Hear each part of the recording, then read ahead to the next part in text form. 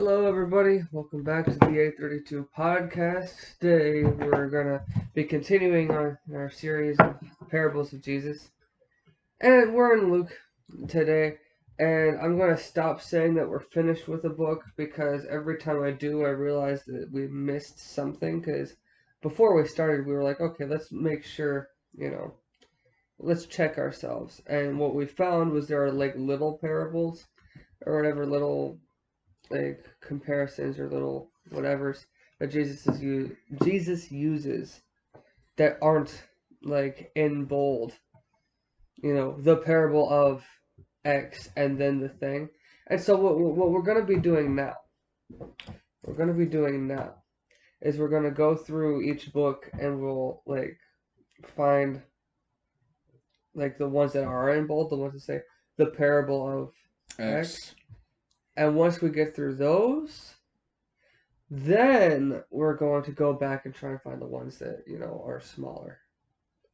Because like the parable of the growing seed is its own thing, but when he says the plank in, the speck in the plank, that's just something he says. It's not like a big, I'm not even sure why people.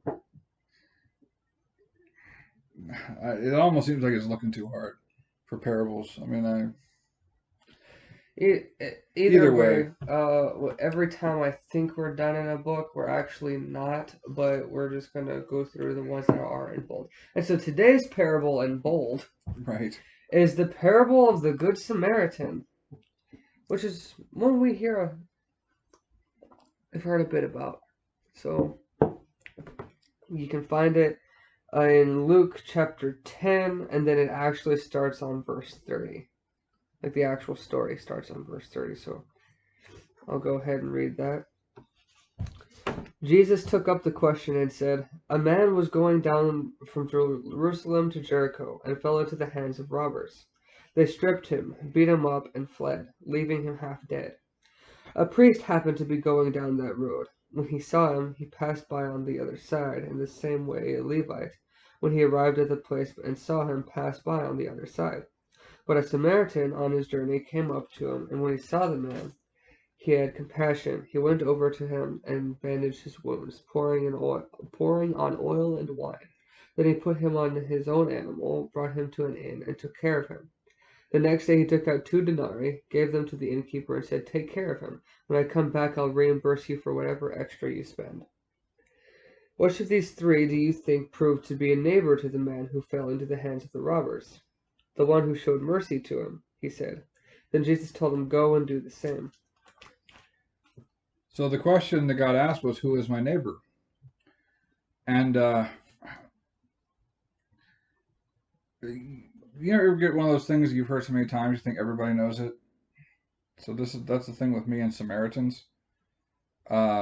Samaritans were half-breeds, and some might even call them heretics because they didn't worship in Jerusalem; they worshipped somewhere else because they weren't welcome in the temple. Samaritans were the Jews who intermarried with other cultures, and they were looked down upon by all the Jews who didn't. Not as much racism as more like ethnocentrism. There's a difference. What's the difference?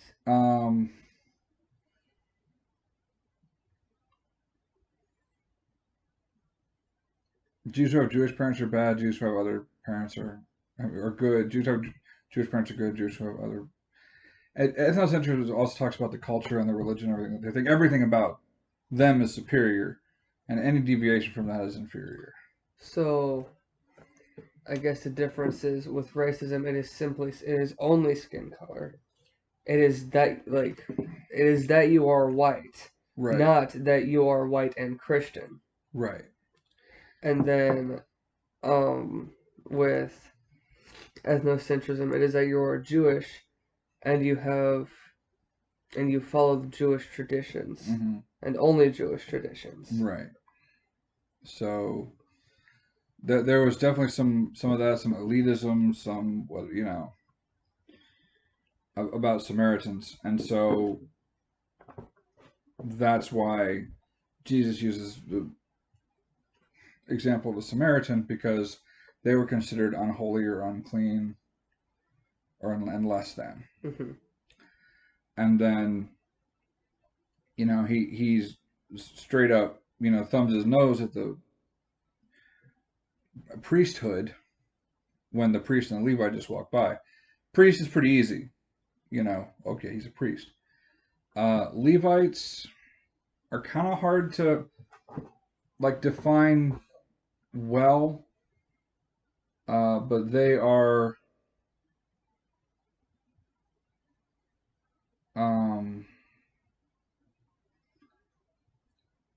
I want to say they're similar to monks. They've okay.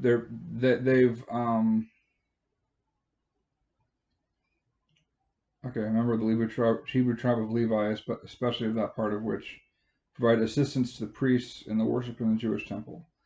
So they weren't priests, but they were priests' assistants. Yeah, and they were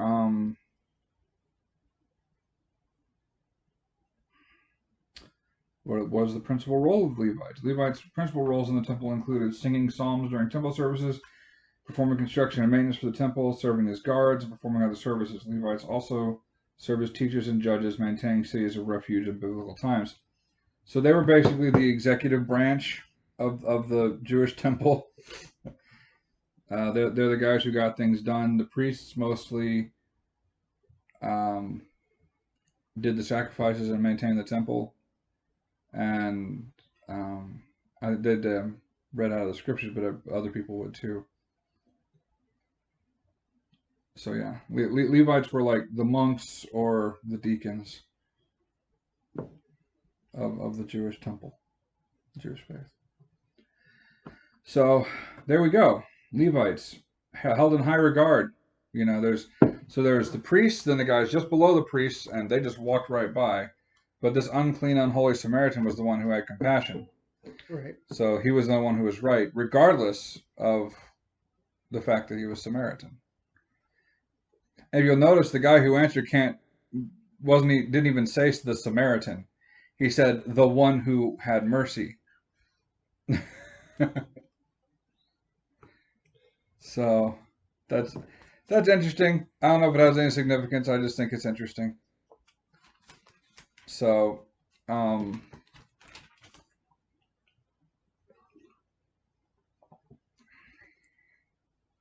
this is one of those where Jesus is not only critical of the priest class, but also kind of definitely being subversive and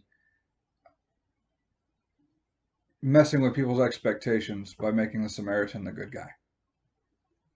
Mm-hmm. Like nowadays, Samaritan has become synonymous with good guy, but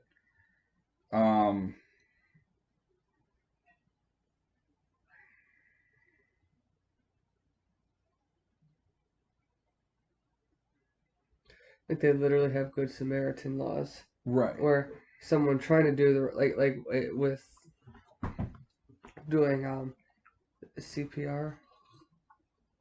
Yeah, if you know it and you see somebody who needs it, you're actually legally obligated to provide it, and you're legally protected from any kind of legal action that occurs from your performance of CPR. So, right, because I mean, if you're doing it right, ribs will be broken. Right. So they can't sue you for you breaking their ribs when you're trying to help them out. Right. So that's a really important aspect of the whole process. So subverting things and making sure people know it doesn't matter who you are or what you do. If you don't have compassion, you're wrong.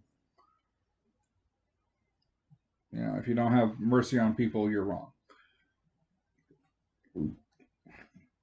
And the Samaritan did for this man what I'm sure he would want someone to do for him in that situation. Right. It's interesting that he talks about oil and wine. because wine has alcohol in it and it kills bacteria. So if you had cuts, that actually would have helped a little. Right. And fun fact about well, oil is fat. It's lipids. It's it's all most oils are edible ones. And bacteria generally do not grow in a pure fat environment. Most bacteria don't. Bacteria like blood, they like meat. And if it's all fat, or if there's a lot of fat and a lot of salt, they really won't grow there. So that's why sausage is a lot of fat and salt because it keeps longer. Bacteria don't grow in it. Right. So that's it's interesting stuff. It is actually good. He provided for the time effective medical care to this guy, and oil and wine, they weren't free. I think back in back then, wine you kind of get what you pay for, but oil was definitely precious because it's not easy to get. Right. That's why one like another story with the widow mother Mm-hmm. and the you know like the how do you say it The profit, the oil jar that didn't empty. right?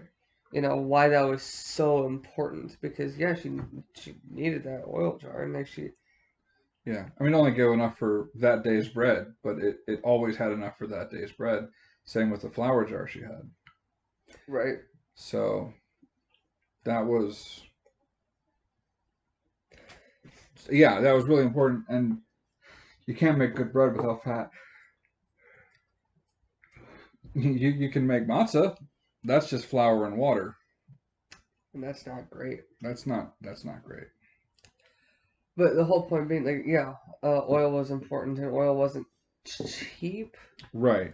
but it was still a very important thing. And And so he so gave from his own resources uh, to help this guy out. And I forget how much was like 2 denarii then. 2 days' wages. 2 days' wages. Yeah. So that's not nothing. Right. Um,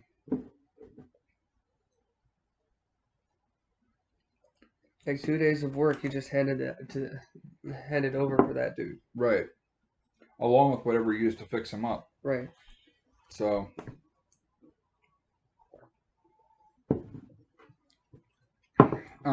he did more than a lot of people would have expected of him to do for a stranger. And that was the whole point. And the other point was that even a Samaritan can be your neighbor. Right. And that was an interesting thing because you brought up this ethnocentrism thing. Mm-hmm. And this also ties to the idea that Christianity is not limited to one ethnicity or Oh, to absolutely one not. race. Absolutely not. And so I wear my vest, Uh-huh. and I wear my Celtic cross, and my Celtic, I have a Celtic cross patch on my vest too. And so someone asked me, "Hey, are you a Christian?" I was like, "Yes." They're like, "Are you a committed one?" I was like, "Yes."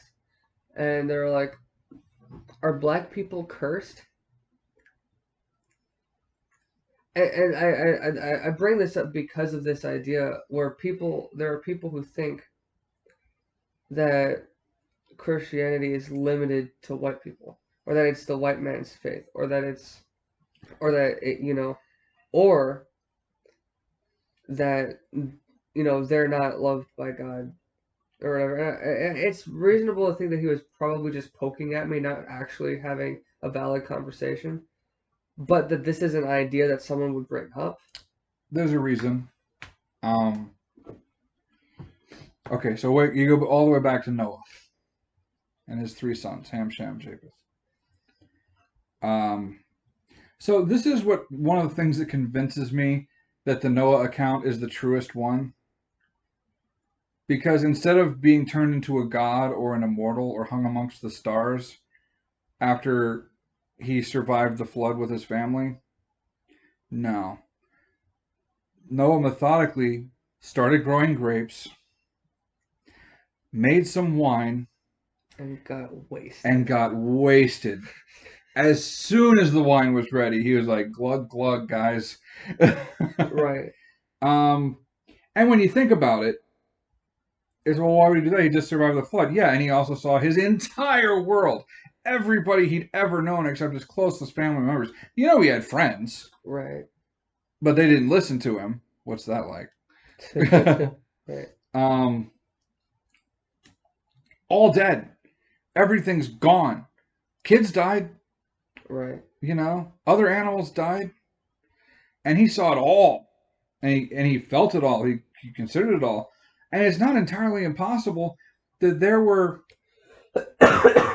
millions, if not billions, of people alive on the planet at that time. We don't know. Right. We know nothing about pre-flood civilization. Right. So, you know, the weight of that hit him, and the survivor's guilt. I'm going off on a tangent here. So he got drunk and he got naked and fell asleep in a cave. So we're familiar with this story. And Ham sees it, gets a good laugh out of it, and then goes and tells his brothers.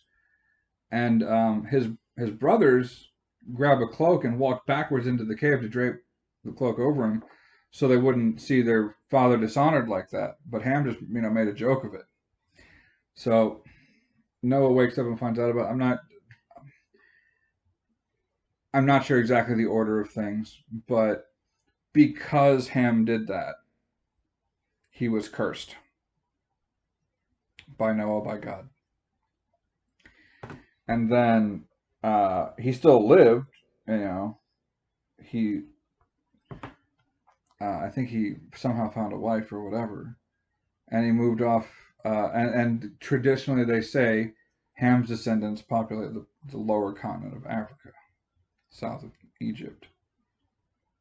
So, with some inference and speculation, it could be, you come to the conclusion that the people on the African continent were Ham's descendants. Do I think that means they're all cursed? Absolutely not. Right. And their skin is darker because that sun is hot. Right. And they were out in it. Mm-hmm. So, I mean, that's where that concept comes from. But that's not in the Bible. It just says Ham was cursed because of what he did. Right. And right. And there's no curse that the blood of Christ can't break. Right. But this whole idea, it like ties into one of my things with Christianity, is that it's not a white suburban faith, even though it's become that. And it's not even a European faith. That's what people don't understand. Christianity is an Eastern religion. Yeah. It was born in the Middle East, in Israel, and then, it moved to Rome, but it also moved to Turkey and further east. So, yeah, it's just once it got to Western Europe, people really took off with it, and then corrupted it and changed it and watered it down. But the biggest countries and the countries that have had the most influence over the rest of the world have claimed to be Christian, and so now people think that the Christianity is a Western faith, when one, it isn't, and actual Western faiths like paganism or whatever don't look like Christianity. No, nothing like it at all. Yeah, it's all very interesting, Uh, and it just kind of kept moving west. But now the fastest growing church is in China, I think. And the largest churches and everything fast growing, I think, are in China. And Not because it's legal. no, don't get that twisted. Because it's not. No, right. That's an important aspect. It is because that church is so heavily persecuted that the people who are actually that are a part of it are like strong, convicted, convicted. Convicted works, but like strong, zealous, faithful Christians. Right. They're not allowed to have Bibles, so they memorize entire books flawlessly. Like, wow, I don't have that kind of dedication. Right. I mean, I have a Bible and I've memorized a couple verses maybe. I have the Bible on my phone. I could be put in jail for that in China. So, But the reason go off on this entire tangent is like with the Good Samaritan, that the other ethnicity mm-hmm. that was looked down upon is actually an important like figure, is actually a good guy. Absolutely. So Jesus with this parable alone confirms that Christianity is not for one ethnicity. No, absolutely It's not. for everybody. Everybody, exactly. No, that's the whole point. Well, it's open for everybody. Well, no, yeah, same. Um, like it's offered to everybody, and whoever accepts it gets it. Right. Um, that acceptance is not what the world has said, but that's a different conversation. Um, and this is another one of those stories where he gives a lot of great details, a lot of like good background and exposition and stuff, but the meat of the story is very straightforward. Um, everybody's, Right. The actual thing can be like the meat of the story can be summed up in the last two verses of it, versus the one who showed like or last three. It's like, which of these three do you think proved to be a neighbor to the man? And it's the one who showed mercy to him. Go and do the same. right. So it can be summed up in have mercy. Yeah. Um, yeah. Those who show you mercy are absolutely your neighbors. And who should you show mercy to? Everybody. So everybody's your neighbor. Um, Or you should be a neighbor to everybody. yes, until they prove hostile or um, unmerciful, and then you not kill them, but you just cut them off. Like, oh, well, you're not going to be someone I interact with intentionally. Right. It doesn't mean you don't be merciful if they need it, because they'll hate that. But if they're really aggressively opposed to Christianity, then you're like, all right, do you have fun? And don't try and share with them or be go out of your way for them after that. Don't cast your pearls before swine. Right. But everybody, yes, everybody who has not given you a reason not to. But if you put your hand out, somebody slaps it away, you don't put your hand out again. They don't want your help. Right. So, you actually are imposing and being kind of prideful when you're like, no, you're going to take my help. Why? What gives you the right to force them to accept your help? But at the same time, that's also not a person you need to be interacting with on the regular because they're clearly not going to accept your help. But yeah, that's the long and short of it. Anybody can be your neighbor, even someone you disagree with, so long as you know, they show love to you, they're your neighbor. And if they don't show love to you, then they're your enemy. You're supposed to love your And enemy you're too. supposed to, yeah, exactly. So that's fine. Um,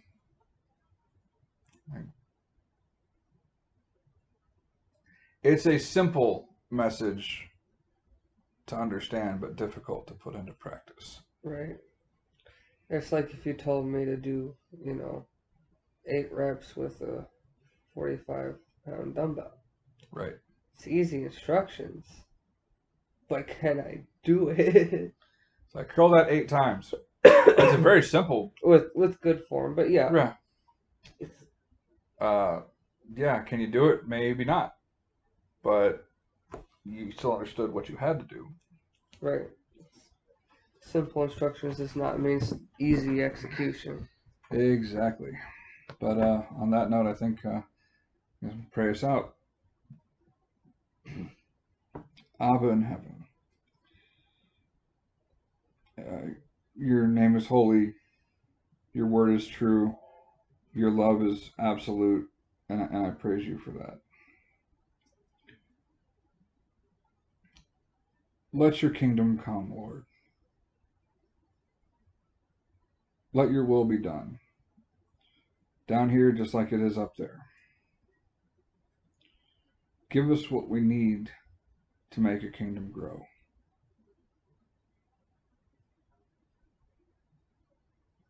Give us what we need to stay faithful and righteous for you. And forgive us when we fall short, like we forgive those who have fallen short for us. Keep us away from temptation, and save us from our enemy. For yours is the kingdom, the power, and the glory forever. In Jesus' name, amen. Amen.